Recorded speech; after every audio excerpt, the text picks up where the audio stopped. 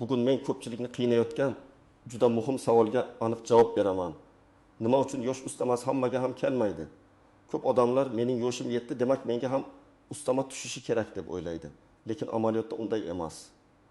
Ba'zida odam yosh talabiga mos keladi, lekin ustama hisoblanmaydi. Ba'zida yo'nidagi hamkasb bo'ladi, o'zi olmaydi. Ba'zida pensiya yoki ish haqi kartasiga oldin kelgan pul birdan to'xtab qoladi.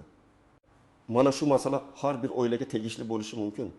Chunki bu pul byudjet xodimi, pensioner, nogironligi bor shaxs, yosh mutaxassis yoki ijtimoiy to'lov oladigan fuqaro daromadiga bevosita ta'sir qiladi. Shuning uchun videoni oxirigacha ko'ring. Men sizga oddiy tilda tushuntiraman. Oldin qanday edi? Hozir nima o'zgardi? Kimlar xavotir olishi kerak? Kimlar esa bevda vahima qilmasligi kerak?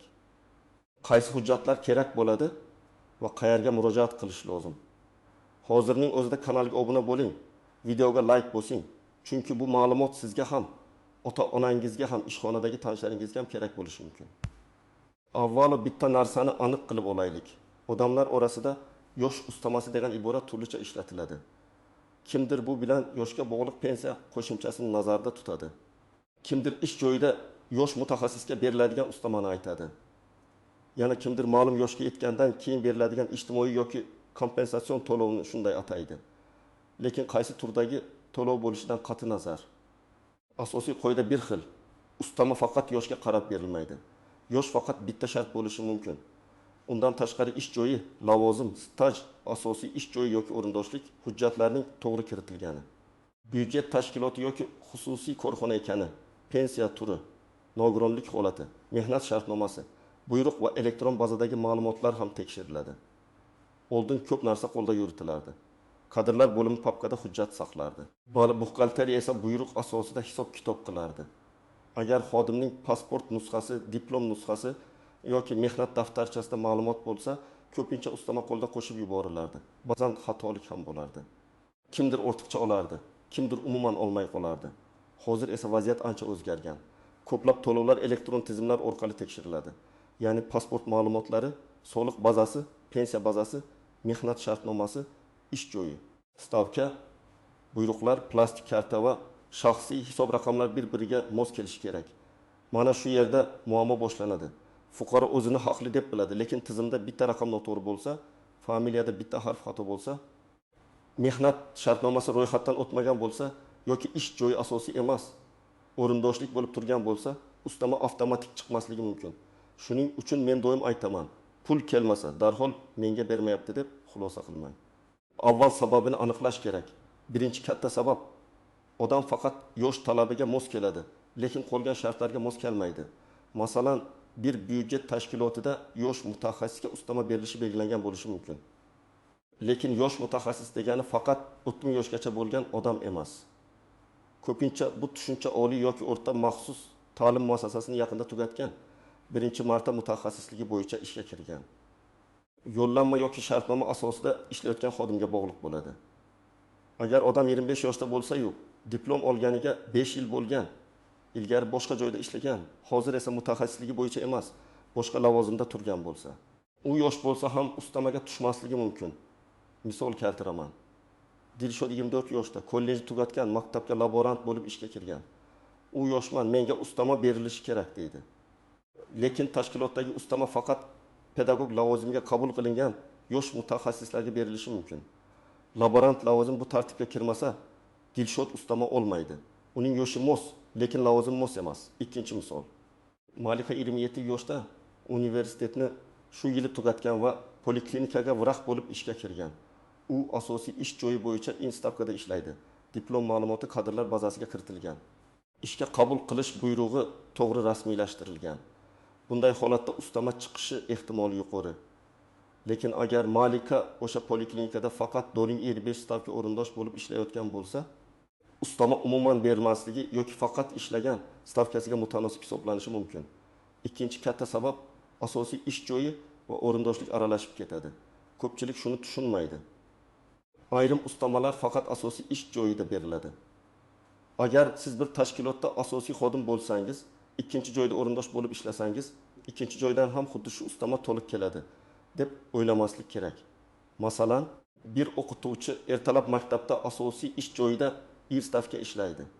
kechqurun boshqa ta'lim markazida yoki boshqa maktabda 0,5 stavka o'rindosh bo'ladi. Ustama faqat asosiy joydagi tarifga qo'llanishi mumkin.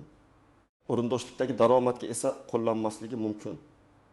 Bu buxgalter bermayapti degani emas, balki tartib shunday bo'lishi mumkin. Uchinchi sabab, ish staji yoki xizmat davri noto'g'ri hisoblangan bo'ladi. Ba'zan yosh ustamasi deb ataladigan to'lov aslida yoshga emas, xizmat yillariga bog'liq bo'ladi. Odam men 55 yoshdaman, ustama bo'lish kerak deydi. Lekin tartibda 20 yil ish staji yoki ma'lum sohada uzluksiz ishlagan davr talab qilingan bo'lishi mumkin. Agar sizning umumiy mehnat stajingiz 20 yil bo'lsa, lekin aynan shu sohadagi stajingiz 8 yil bo'lsa, ustama chiqmasligi mumkin. Masalan, Rustam aka 52 yoshda. U 20 yil savdoda ishlagan, keyin 4 yil maktabda xo'jalik mudiri bo'lgan, oxirgi 3 yil esa tibbiyot muassasasida texnik xodim sifatida ishlayapti. U jami 22 yil ishlaganman deydi.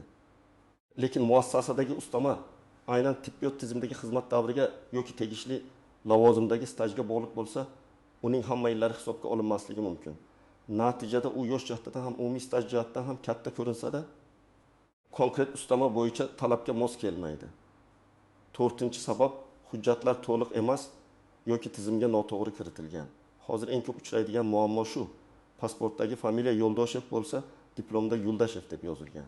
Mehnat shartnomasida esa boshqa transliteratsiya bilan kiritilgan bo'lishi mumkin. Tug'ilgan sana xato tushgan bo'lishi mumkin. Jashir noto'g'ri kiritilgan bo'lishi mumkin. Plastik karta boshqa bankda eski ma'lumot bilan ochilgan bo'lishi mumkin. Natijada tizim odamni tanimaydi yoki shart bajarilganini ko'rmaydi. Bir real hayotiy holatni tasavvur qiling. Saodat opa pensiyaga chiqqan, ma'lum yoshga yetgandan keyin qo'shimcha to'lov bo'lishini eshitgan. Qo'shnisi oladi, u olmaydi. Tekshirilsa, pasport yangilangandan keyin pensiya bo'limidagi ma'lumot yangilanmagan. Eski pasport seriyasi turgan. Yangi ID karta ma'lumotlari esa bank bilan mos kelmagan. Pul yo'q olmagan, faqat to'lov avtomatik tekshiruvdan o'tmagan. Hujjat yangilangandan keyin masala hal bo'ladi. Lekin bunga ariza, tekshiruv va vaqt kerak bo'ladi. Agar siz yosh talabiga mos kelayotgan bo'lsangiz, lekin ustama kelmayotgan bo'lsa, birinchi navbatda quyidagi holatlarni tekshiring. Siz yaqinda ishga kirgan bo'lsangiz, ishga qabul qilish buyrug'i chiqqanmi? Mehnat shartnomangiz elektron tizimda ro'yxatdan o'tganmi? Lavozimingiz ustama beriladigan lavozimlar ro'yxatiga kiradimi? Siz asos xodimmisiz yoki o'rindoshmisiz? Stavkangiz necha? Bir stavkami, 0,5 stavkami yoki soatbaymi? Diplom yoki malaka hujjatingiz kadrlar bo'limiga topshirilganmi? Pasport ma'lumotlaringiz yangimi? Pensionerlar ham alohida e'tibor berish kerak. Agar qo'shimcha to'lov yoshga, nogironlik guruhiga, parvarishga muhtojlikka, boquvchisini yo'qotganlikka yoki boshqa maqomga bog'liq bo'lsa, pensiya turi va hujjat asos bo'ladi. Masalan, bir odam yoshga do'yib pensiya oladi. Ikkinchisi nogironlik pensiyasi oladi. Uchinchisi boquvchisini yo'qotganlik pensiyasi oladi. Ularning har birida qo'shimcha to'lov sharti boshqacha bo'lishi mumkin. Shuning uchun hamma pensioner oladi degan gap noto'g'ri. Har bir holat alohida tekshiriladi. Kimlar esa behuda xavotir olmasligi kerak. Agar siz ustama uchun belgilangan yoshga hali yetmagan bo'lsangiz, pul kelmasligi tabiiy. Agar siz ustama beriladigan tizimda ishlamasangiz. Masalan, xususiy korxonada oddiy mehnat shartnomasi bilan ishlayotgan bo'lsangiz, davlat byudjeti hisobidan beriladigan ayrim ustamalar sizga tatbiq etilmasligi mumkin. Agar sizda bu to'lov bo'yicha hech qanday buyruq, me'yoriy asos yoki lavozim talabi bo'lmasa, faqat tanishlaringiz aytgani uchun pul kutish to'g'ri emas. Eng katta nozik jihat, ustama har doim ham to'liq miqdorda kelmaydi. Ko'pchilik ustama 700 ming so'm ekan deb eshitadi va kartasiga aynan 700 ming tushishini kutadi. Lekin agar siz 4-5 stavkada ishlasangiz, hisob 2 ming bo'lishi mumkin. Agar oyning o'rtasida ishga kirgan bo'lsangiz, faqat ishlagan pullaringiz uchun hisoblanadi. Agar kasallik varaqasida bo'lgan bo'lsangiz, ayrim to'lovlar o'sha davrga to'liq qo'llanmasligi mumkin. Agar ta'tilga chiqqan bo'lsangiz, ta'til puli alohida hisoblanadi. Ustama esa o'rtacha ish haqiga qanday kiritilishi tartibga bog'liq bo'ladi. Yana bir nozik jihat, ustama soliq va ushlanmalardan keyin kamayib ko'rinishi mumkin. Odam buxgalteriyadan sizga ustama qo'shildi degan javobni eshitadi. Lekin kartaga tushgan pulda katta farq sezmaydi. Sababi ish haqidan daromad solig'i kasaba uyushmasi badali, aliment, kredit, ijro hujjati bo'yicha ushlanma yoki boshqa majburiy to'lovlar ushlab qo'lingan bo'lishi mumkin. Shuning uchun faqat kartaga tushgan summaga qarab xulosa qilmang. Hisob varaqasini so'rang. Hisob varaqasida tarif, ustama, mukofot, soliq, ushlanma va yakuniy to'lov alohida ko'rinadi. Yana bir muhim masala. To'lov kechikishi har doim rad etildi degani emas. Ba'zan buyruq chiqqan, lekin buxgalteriya oyning yopilish muddatidan keyin olgan bo'ladi. Masalan, siz 10 sanada hujjat topshirdingiz. Buyruq 15 sanada chiqdi. Ish haqi hisoblash esa 12 sanada yopilgan. Bu holatda ustama keyingi oyda ba'zan qayta hisob kitob bilan kelishi mumkin. Lekin buni og'zaki kutib yurmasdan yozma ravishda aniqlashtirish kerak. Yana bir pitfall, ya'ni ko'pchilik tushib qoladigan tuzoq.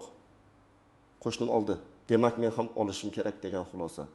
Qo'shningizning staji boshqa, lavozim boshqa, hujjati boshqa, ish joyi boshqa bo'lishi mumkin. U asosiy xodimdir, siz o'rindoshdirsiz. U bir stavkadir, siz 0,7 stavkadir. Unga avvalgi oylar uchun qayta hisob kitob tushgandir. Sizda esa hali asos bo'lmagandir. Shuning uchun har doim o'zingizning shaxsiy holatingizni tekshirtiring. Endi eng muhim qismga o'tamiz. Ustama kelmayotgan bo'lsa, nima qilish kerak? Men sizga ketma-ket aniq yo'l xaritasini aytaman. Birinchi qadam, qaysi ustama haqida gap ketayotganini aniqlang. Yosh ustamasi deb umumiy aytmang. Ish joyida bo'lsa, kadrlar bo'limidan yoki buxgalteriyadan to'lovning rasmiy nomini so'rang. Masalan, yosh mutaxassis ustamasi, malaka toifasi ustamasi, xizmat yillari uchun ustama, maxsus sharoit uchun ustama yoki boshqa nom bo'lishi mumkin. Pensiya bo'yicha bo'lsa, pensiya jamg'armasi yoki ijtimoiy himoya organidan aynan qaysi qo'shimcha to'lov nazarda tutilayotganini so'rang. Ikkinchi qadam, hujjatlaringizni tekshiring. Ishlayotgan bo'lsangiz, pasport yoki ID karta nusxasi, JSHR, diplom, sertifikat, mehnat shartnomasi, ishga qabul qilish buyrug'i, lavozim yo'riqnomasi, stavka miqdori, malaka toifasi hujjati stajni tasdiqlovchi ma'lumotlarni tayyorlang. Pensioner bo'lsangiz, pasport, pensiya guvohnomasi yoki pensiya tayinlanganini tasdiqlovchi hujjat, bank karta rekvizitlari, zarur bo'lsa nogironlik yoki parvarish bo'yicha tibbiy ma'muriy hujjatlarni tayyorlang. Uchinchi qadam, og'zaki gap bilan cheklanib qolmang. Kadrlar bo'limiga yoki buxgalteriyaga yozma murojaat qiling. Murojaatda shunday yozish mumkin. Menga tegishli bo'lishi mumkin bo'lgan yoshga bog'liq ustama yoki qo'shimcha to'lovning hisoblangan, hisoblanmaganini tekshirib berishingizni so'rayman. Agar hisoblanmagan bo'lsa, sababini yozma ravishda tushuntirib berishingizni so'rayman. Mana shunday yozsangiz, mas'ul xodim aniq javob berishga majbur bo'ladi. Og'za keyin kelarsiz degan javob bilan masala cho'zilib ketmaydi. 4-qadam. Hisob varaqasini oling. Har bir xodim o'z ish haqi qanday hisoblanganini bilishga haqli. Hisob varaqasida ustama bor yoki yo'qligi ko'rinadi. Agar ustama hisoblangan bo'lsa, lekin kartda kam pul ko'rinsa, demak soliq yoki ushlanma sabab bo'lishi mumkin. Agar umuman hisoblanmagan bo'lsa, keyingi savol nima uchun? Lavozimmi, stajmi, hujjatmi, buyruqmi, tizimmi? 5-qadam. Elektron ma'lumotlarni tekshirtiring. Hozir ko'p narsa elektron tizimga bog'liq. Mehnat shartnomangiz ro'yxatdan o'tganmi? Pasport ma'lumotlaringiz yangilanganmi? Familiya va tug'ilgan sana to'g'rimi? Bank rekvizitlari faolmi? Pensiya bazasida ma'lumot yangimi? Bularning hammasi muhim. Agar siz yaqinda pasport almashtirgan bo'lsangiz, familiyangiz o'zgargan bo'lsa, turmush qurgan bo'lsangiz yoki bank kartangizni almashtirgan bo'lsangiz, albatta tegishli tashkilotlarga yangi ma'lumotlarni yetkazing. 6-qadam, agar ish joyi javob bermasa, yuqori tashkilotga murojaat qiling. Byudjet tashkilotida ishlasangiz, tuman yoki shahar bo'limi, vazirlikning hududiy boshqarmasi, mehnat organlari yoki tegishli nazorat idorasiga yozma murojaat qilishingiz mumkin. Pensiya masalasida pensiya jamg'armasining tuman bo'limiga ijtimoiy to'lovlar bo'yicha ijtimoiy himoya organlariga murojaat qilinadi. Murojaatga hujjat nusxalarini, avvalgi javoblarni va hisob varaqasini ilova qiling. 7-qadam, qayta hisob kitobni so'rashni unutmang. Agar siz ustamaga oldindan haqli bo'lgan bo'lsangiz, lekin xatolik sabab bir necha oy olmagan bo'lsangiz, faqat keyingi oydan qo'shib berish bilan cheklanmaslik kerak. Ustama huquq paydo bo'lgan sanadan boshlab qayta hisoblab bersin deb yozing. Albatta, bu amaldagi tartib va muddatlarga bog'liq. Lekin siz buni talab sifatida ko'rsatmasangiz, ba'zan faqat joriy oydan hisoblab ketishlari mumkin. 8-qadam, hech qachon hujjatni kechiktirmang. Ko'p odamlar baribir berishadi deb yuradi. 6 oy o'tadi, 1 yil o'tadi. Keyin isbotlash qiyinlashadi. Buyruq sanasi, murojaat sanasi, hujjat topshirilgan sana, javob sanasi juda muhim. Sizda qog'oz iz bo'lishi kerak. Elektron murojaat qilgan bo'lsangiz, ro'yxatga olingan raqamni saqlang. Qog'ozda topshirsangiz, ikkinchi nusxasiga qabul qilingan sana va imzo qo'ydiring. Birinchi vaziyat: Akmal 26 yoshda davlat tashkilotiga ishga kirgan. Unga ustama chiqmayapti. Tekshirilsa, u aslida asosiy ish joyida emas, o'rindoshlik asosida ishlayotgan ekan. Asosiy ish joyi boshqa xususiy korxona. Ustama esa faqat asosiy ish joyida beriladigan tartibga bog'liq. Demak, Akmalning muammosi yoshda emas, ish shaklida. Ikkinchi vaziyat: Mohira 23 yoshda universitetni bitirib, maktabga o'qituvchi bo'lib kirgan. Ustama kelishi kerak, lekin kelmayapti. Kadrlar bo'limi tekshirsa, diplom nusxasi bor, ammo diplom ma'lumoti elektron bazaga kiritilmagan. Buyruqda lavozim o'qituvchi deb yozilgan, lekin tizimda eski lavozim nomi qolgan. Tuzatilgandan keyin ustama keyingi hisob kitobda chiqadi. Uchinchi vaziyat: Karim aka pensioner. Qo'shnisi qo'shimcha oladi, u olmaydi. Sababi qo'shnisi boshqa turdagi pensiya oladi va uning hujjatlarida qo'shimcha to'lov uchun asos bor. Karim akada esa bu asos yo'q yoki hali rasmiylashtirilmagan. Demak, ikkita pensioner bir xil yoshda bo'lsa ham to'lov bir xil bo'lmasligi mumkin. To'rtinchi vaziyat: Nodira opa naridan 5 stavkada ishlaydi. U ustama miqdori 400 ming so'm deb eshitgan. Lekin unga 200 ming so'm atrofida hisoblangan. Bu xato bo'lmasligi mumkin, chunki stavkaga mutanosib hisoblangan. Agar u ikki stavkaga o'tsa, miqdor ham o'zgarishi mumkin. 5-vaziyat: bir xodimga ustama qo'shilgan, lekin kartaga pul kam tushgan. U buxgalteriyani ayblaydi. Hisob varaqasida esa ustama bor, lekin aliment va kredit ushlanmalari ham bor. Demak, ustama berilgan, faqat qo'lga tegadigan summa ushlanmalardan keyin kamaygan. Yosh ustamasi hammaga ham kelmasligining asosiy sababi shuki, yoshning o'zi yetarli shart emas. Ustama uchun yosh bilan birga lavozim, staj, asosiy ish joyi, stavka, hujjatlar, buyruq, elektron baza va to'lov turi ham mos bo'lishi kerak. Agar pul kelmayotgan bo'lsa, vahima qilmang. Lekin befarq ham bo'lmang. Rasmiy nomini aniqlang, hujjatlaringizni tekshiring, hisob varaqasini oling, yozma murojaat qiling va kerak bo'lsa qayta hisob kitobini talab qiling. Agar sizda ham shunday holat bo'lgan bo'lsa, izohlarda yozing. Qaysi ustama kelmadi? Sizga qanday javob berishdi? Muammo qanday hal bo'ldi? Sizning tajribangiz boshqa odamlarga yordam berishi mumkin. Video foydali bo'lgan bo'lsa, like bosing, kanalga obuna bo'ling va yaqinlaringizga yuboring. Keyingi videolarda ham pul, ish haqi, pensiya va huquqlaringiz bo'yicha eng kerakli ma'lumotlarni oddiy tilda tushuntirib beraman.